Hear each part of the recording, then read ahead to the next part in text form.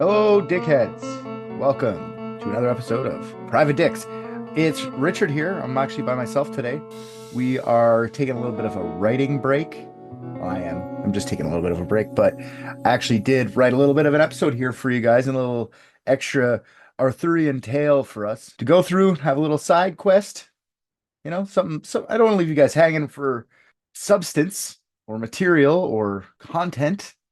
You know, content is key, and I keep trying to keep on going on with you guys, but I needed a little bit of a break. So RJ and Rick are doing their own thing. I wrote a little mini episode here. It's been a while since I did one of these by myself, so I'm pretty excited to do it. So let's dork out on a night of the round table. An elite team of private detectives. What if balloons are aliens? Maybe that's the key component we're missing. Cover-ups. John's guilty. Mysteries that need to be solved. Maybe Mormons need mountains. Richard, shut up. I understand that there are many upon many Knights of the Round Table. There's lots of them. There's 12 main ones, but there's other ones on the side. Some of them very famous, big long stories, big long story arc. A lot to do with Arthur and how he did his business and how the kingdom ran with these people. Some of them, on the other hand, kind of like the one we're doing today, not very many stories, little lesser known ones. I don't want to use up all of our crazy good ones early on. I kind of want you guys to go through some of the lesser known ones. So I'm going to give you, what do I say, less interesting? I wouldn't say less interesting, just less stories about them. Later on, we'll do the Sir Lancelots and the Sir Gawains and the Morganas. I'll even do Morgana, the bigger people. For now, we're just going to go through Sir Palamedes. Sir Palamedes, yes, he's a knight. Yes, he's one of the lesser known, less interesting ones. Doesn't have a lot of stories, but I think the stories that he has are great anyway. Let's talk about them anyway. I kind of miss this Arthurian legend stuff. It was fun for me to read about Arthur and his court, and it's really actually kind of fun learning about all his knights. I plan on continuing to do these once every little while. Best part about these ones, though, is I don't care at all if I get any of the facts right on this stuff. Who cares? It's stupid. It's all made up. It's all dumb. Now, that being said, I am going to give you some of the old stories as much as my little research brain through a day and a half of doing research can give you. But I'm also like not really worried about getting stuff wrong. In fact, I'm so not worried about getting stuff wrong that I'm going to add a Palamedes story. I'm going to add one that didn't actually happen. It's nowhere on the internet. It's just made up by me. And I'm not even going to tell you which one it is, because who cares? It's all made up. I hope somebody catches on to this. I'm telling you right now off the top, but hopefully someone just kind of like doesn't listen to me saying that and kind of goes and tells all these Palamedes stories and tells the one that I don't think's true, because I'm not going to tell you which one. I'm just going to leave it up in the air. It sounds like fun to me, and it's my story of King Arthur. It's changed so many times over the years. Who cares? This is mine. And so let's tell you a little bit about Sir Palamedes. First of all, he was a pagan from the Middle East. So he's the person of color in this series. There's a couple other ones. He's got some brothers. He's sometimes called the Saracen, Saracen, Saracen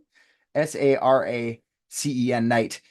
Saracen meaning either tribes of Arabia, or in some texts, Saracen just means Muslim. Either way, not a white guy. Don't worry though, just for your little racist 13th century asses, he does convert to Christianity at a certain point. We'll get to that. So you can stomach his stories. I find that hilarious that they just like make him change religions.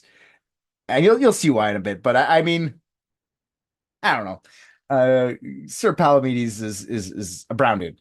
Okay. Like I said, he had some brothers named Saphir and Segwarides, Segwarides, and they're also both knights of Arthur's court. I'm not sure if Palamedes' brothers also converted. I don't really know much about them, but I will. Eventually, I'll probably do an episode on them if they're any type of interesting. I'm not sure. I didn't get into them at all. I read a little bit here and a little bit there. We'll talk a little bit about them in this, but if they have a full-blown story, I am not sure, but I will find out for everyone. Palamedes' father, I guess Saphir and Segwarides' father, was King Esclabar. He was an exiled king from Babylon who flees to Britain. So Palamedes is a prince of a foreign land.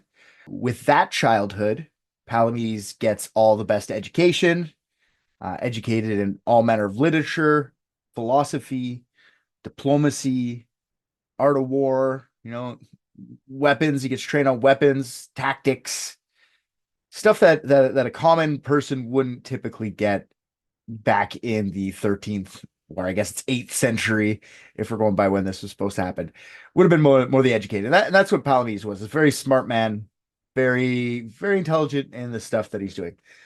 Yeah, and even as a child, he was known to be like very smart. He had a deep understanding of the knightly code of conduct.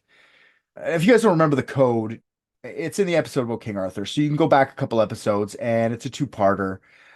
You can come figure out what the code is. And he caught on quickly. Smart guy, like I said. While exiled to Britain, King Escalabar befriends King Pellinore by saving his life. Escalabar and Pellinore will both have their own episode, as they are both Knights of the Round Table. So I did not actually figure out how he saved his life, but like in a couple episodes, who knows?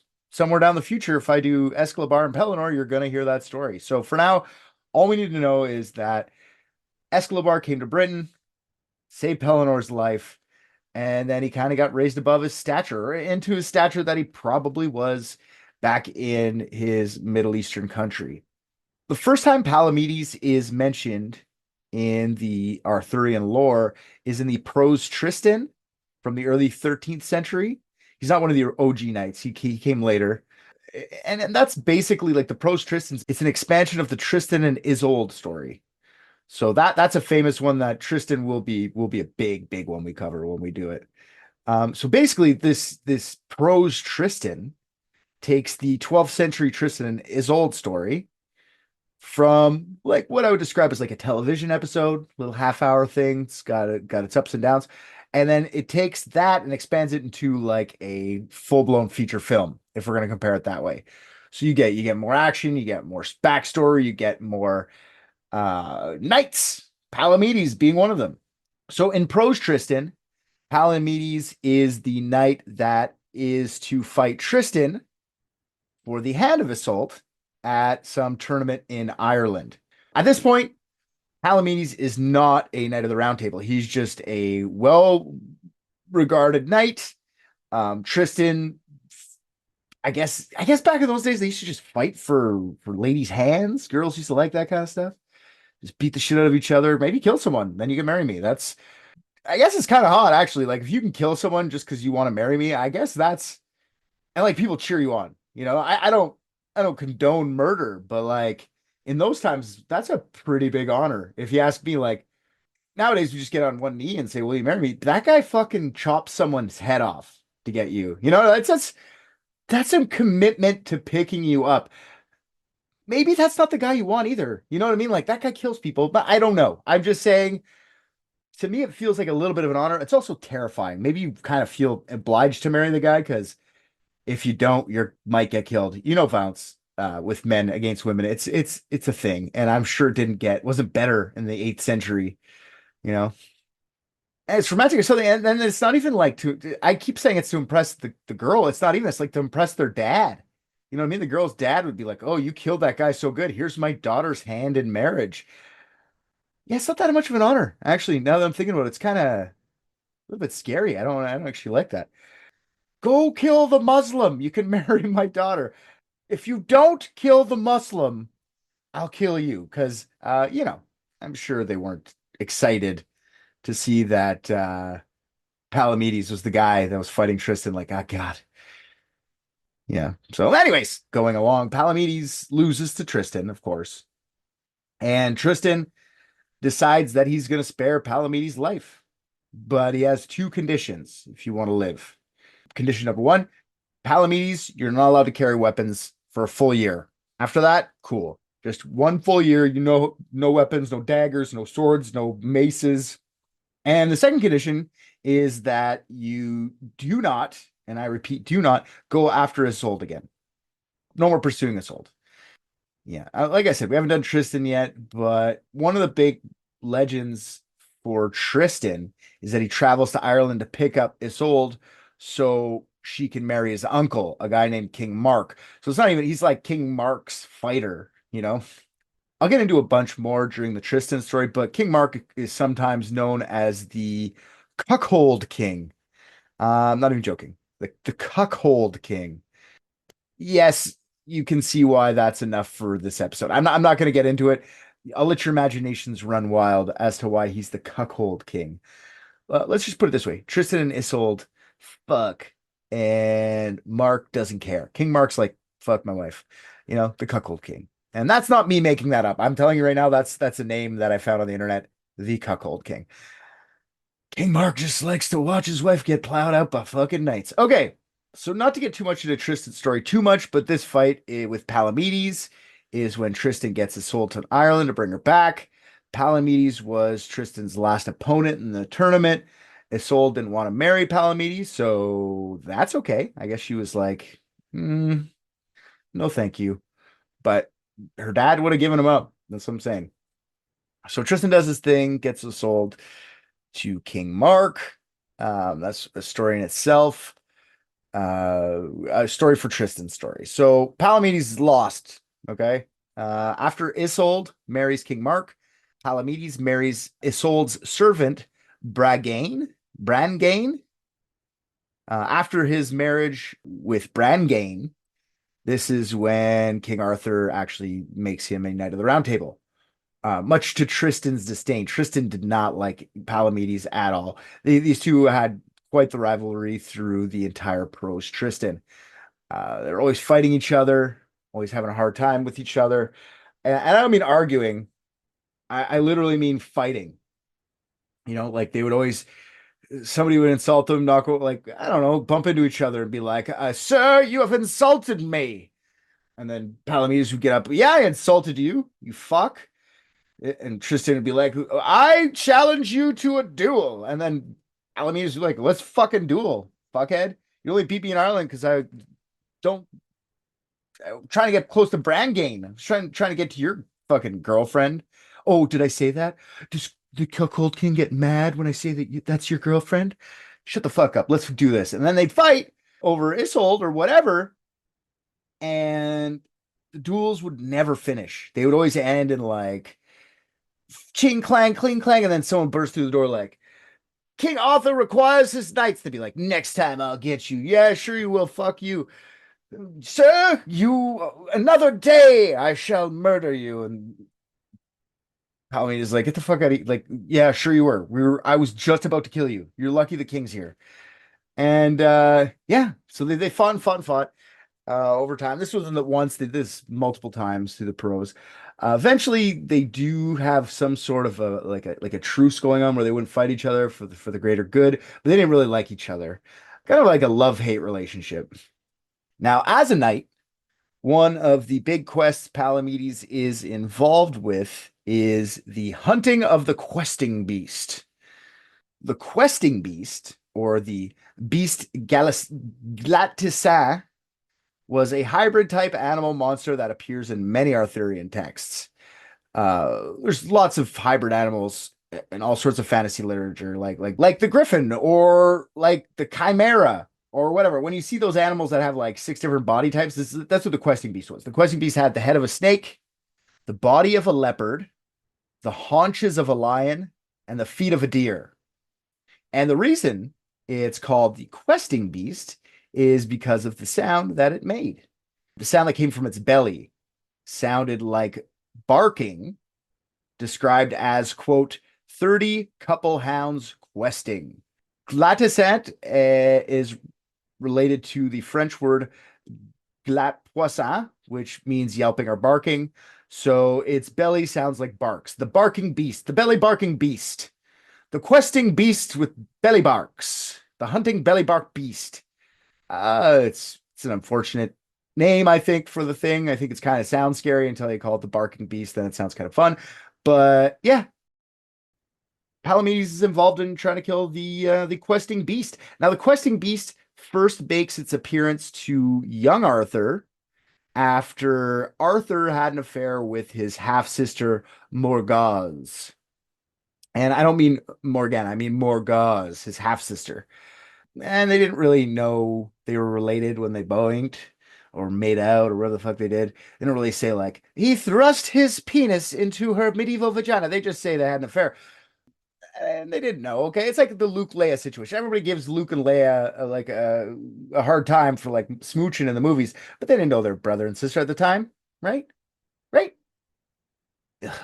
Uh, so anyway, so after he has an affair with his sister Morgause, Arthur sees the questing beast drinking from a pool after he had a bad dream about his sister. In the dream, she was dying. So when he wakes up, she's like, "Uh-oh, my sister's gonna die." The dreams mean lots. Dreams always mean a lot in these fucking things. Then King Pellinor just happens to show up that same day when he wakes up, just to tell Arthur about he and his family's quest to kill the questing beast. So Pellinor already had it out for the questing beast before Arthur even had it into him. That's where the questing beast first makes an appearance. That weird, quirky bastard Merlin steps in and explains where the questing beast actually came from. Apparently, not only is this four animals mixed together, but the beast started off as a woman. Actually, it's a woman who she was a princess who lusted after her own brother. Kind of like Arthur and his half sister Morgause. And we're seeing how these things connect. So the princess sleeps with a devil, so she make a pact with him. The devil promises that if she sleeps with him, he will make her brother fall in love with her. Why? I don't know. Fucking weird. Ugh. Okay, who wants to be queen that much? Fuck your brother? Just be the princess, man. But the devil manipulates her and convinces her to tell her father that her brother raped her. Her father being the king. Her father, King, I don't know his fucking name, with a head full of lies from his daughter, the princess, decides the best way to handle the situation with his children is to have his son, the prince, torn apart by dogs. You know, that is if you know what I'm not opposed to the incest murder thing, like he's fucking your sister, but I mean I am. You know, I'm not down for killing people, but like just seems like a weird punishment. Like I'm gonna rip you apart by dogs. Give him a stern talking to, send him to therapy, keep it a secret for the rest. I don't know. It's killing your kid. Like I'm not down for incest, but still your kid, both your kids. Anyways, the king decides to get him torn apart by dogs. Maybe it's a more rash decision than me. I don't know. And as the prince is being torn apart by these hounds, Prince prophesizes that my sister will have a baby, and that baby will be be an abomination that would make sounds like a pack of dogs on the hunt. That's what Merlin says. he, he told everyone that she was gonna have a baby that would make the barking sounds. Okay, cool. I love Merlin. So like such an easy, convenient guy in these stories to like fill in the blank. The prince died. I guess the daughter got pregnant, and yeah, she gave birth to the questing beast, the princess's princess, the questing beast. Ugh, that must have been a weird birth, eh? Look at y'all, my granddaughter's coming out right now. Oh my God, she's got the hoofs of a deer. Oh, the haunches of a lion. Why is she spotted like a leopard? Oh God. We're going to love her anyway. She's part of the family. I feel like a really nice grandpa would be like, "What? There's nothing wrong with her. She is the heir to the throne." Imagine the questing beast just like, "Oh God." Pellinor knew about the story, and he told Arthur that it's his family's life quest, I guess, to take down the questing beast. And Arthur looks at that and he goes, "You know what? This is actually a perfect quest for the Knights of the Round Table. This is something we can all accomplish together." So after this became like kind of a quest, and everyone started to try and hunt the questing beast. One of them being Palamedes, even though his dad was in it, he's like, "Now I'm a knight. I can go fill my family duties, go kill that questing beast." You know. Then he went out and he tried to fight it. And during his first attempt at trying to kill it, zero luck. No killing it. Actually got away on him. Really tough fight, tough mission for Palamedes. And then this thing's beating up all the best knights, taking them all out. Nothing. I don't think it killed any of the knights. In fact, I didn't read that anywhere, but you never know. Questing Beast might come up again. We'll talk about how it might have killed. So I don't think it did. But Palamedes for sure couldn't kill the thing. So the knights move on to different quests. Ones that weren't so hard. It's a nice big hard questing beast. Let's go save a princess from a giant. These questing beasts is too tough. And then Lancelot starts looking for the Holy Grail, which we haven't talked about Lancelot yet, or the Holy Grail. But I promise you, everyone, that the Holy Grail will be an entire full-blown episode of Private Dicks with all the boys, because that, to me, is very interesting. But Lancelot starts looking for the Holy Grail, and Palamedes and Lancelot, I guess, got along because Palamedes is like, you know what? I'm about to find this bad boy with you, Lancelot. Let's do it. During the trip to find the Holy Grail, this is when Palamedes decides, you know what? Lancey, buddy, I see that your Christianity's doing you very good. I'm going to convert. You mind converting me? You can convert me. I know you can convert me. Just tell me a couple things I need to do. Bing, bang, boom. Get some holy water. I am a Christian. And that's when he changes. Thank God. Am I right? One less Saracen in the world, you know? God. I just love how they had to change him Christian. It's so fucked up to me. So during the trip for the Holy Grail, Galahad, actually, it wasn't Lancelot, it was Galahad, who got Palamedes baptized to become a Christian. Galahad had been trying for years or months, I guess, before, and Palamedes always said, "No, I'm good. I don't mind being Saracen. I'm a good Saracen man. I don't judge your religion. Don't judge mine." They always said no, and then Galahad decides, you know what? I can't have a Saracen in the Knights of the Round Table. So how about this? I love you, Palamedes.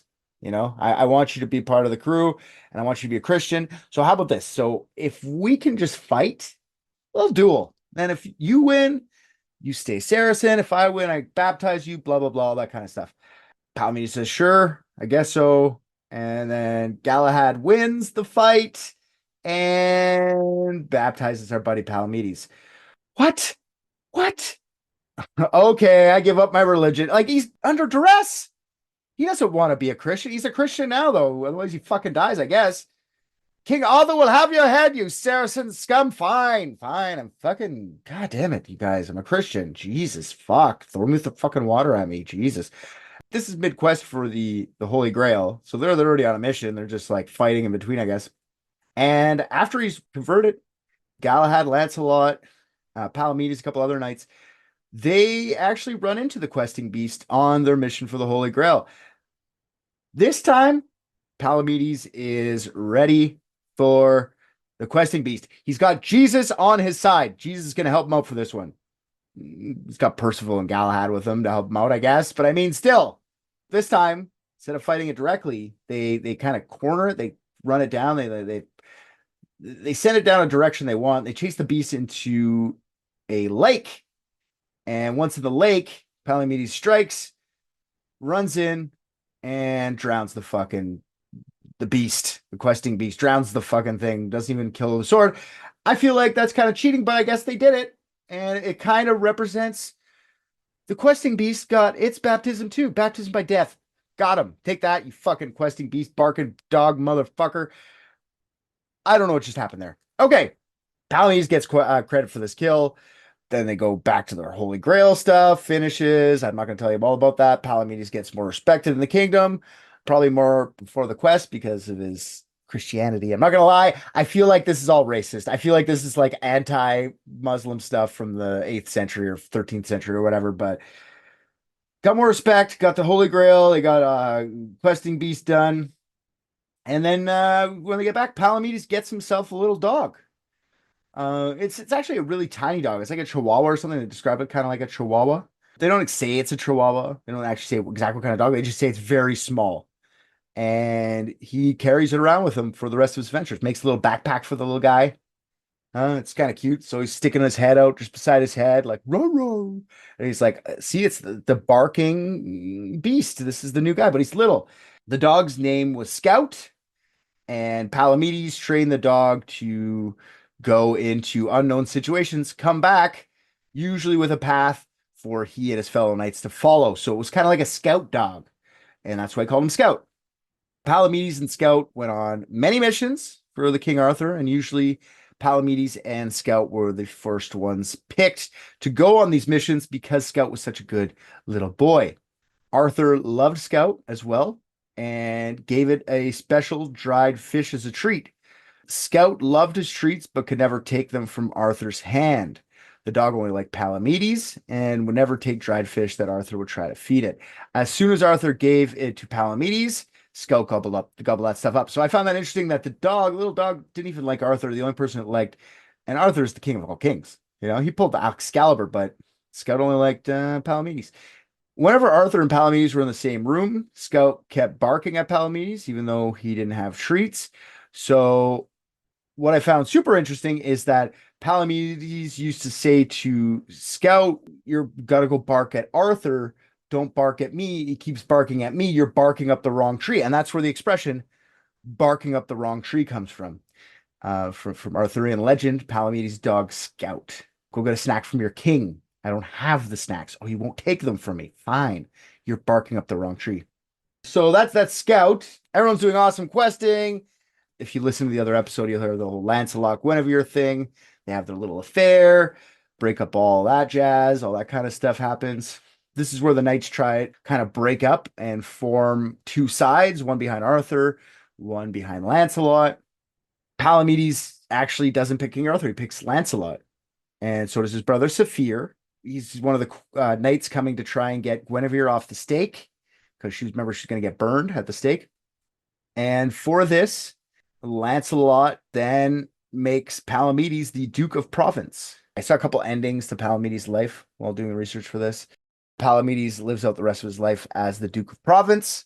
That's one of the stories I heard. Another one is Palamedes dies by the hand of Sir Galahad, his old baptizing buddy, because Palamedes actually killed King Mark. Mark was kind of a jackass anyway. Mark, in that story, the secondary story, just killed Tristan. And there weren't many people out there that could hate Sir Palamedes for taking out Sir Mark. Now, those are basically the stories of Sir Palamedes. I want you guys to stick around and the next couple weeks. Like I said, I'm taking a little bit of writing break, so the next couple weeks get some bonus episodes. I got a bunch of the can. Don't worry, you guys are going to miss out on anything. But thanks for listening to my little side quest about Sir Palamedes. I know it doesn't really have like a big banger ending.